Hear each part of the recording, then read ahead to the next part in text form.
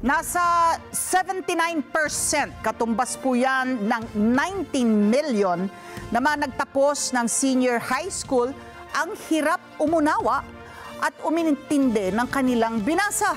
Ito po ay ayon na rin sa isinagawang Functional Literacy Education and Mass Media Survey ng Philippine Statistics Authority noong pong nakaraang taon.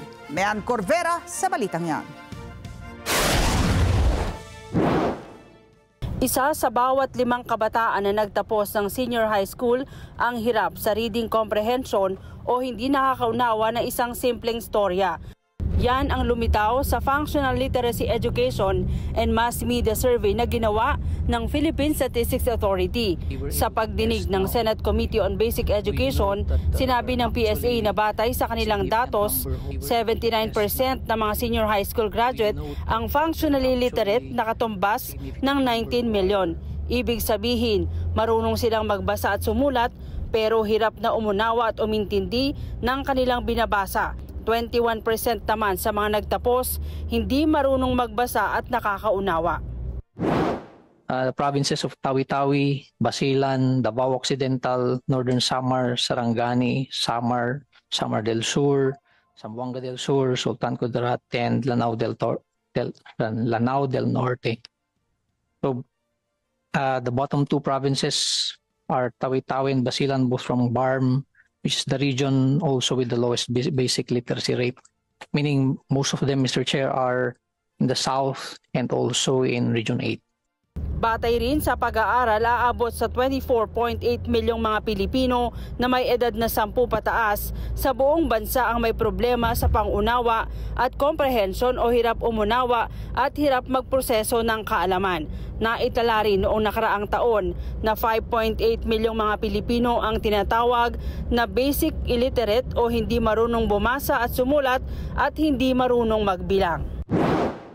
We note that there are actually a significant number who are passing or graduating but are not really functionally literate, Mr. Chair.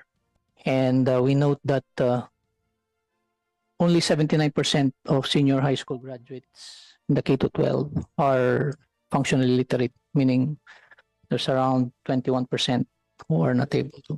Can you repeat that? That's by highest grade completed, Mr. Chair, in the entire country, 79% of senior high school graduates in the K-12 curriculum are functionally literate. So that's around 21% short. Kaya tanong ni Senator Sherwin Gatchalian, bakit sila pinayagan ng DepEd na makapagtapos ng hindi functionally literate? Nakakabahalaan niya ang ganitong datos. Paliwanag ng Department of Education sa utos ni Secretary Sani Angara, nagsasagawa na sila ngayon ng teacher capacity building o training ng mga guro para madaling maipaliwanag sa mga kabataan ng comprehension at vocabulary development.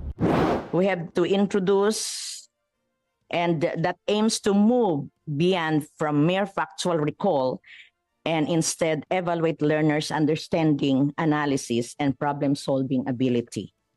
The third one is a school-based initiative.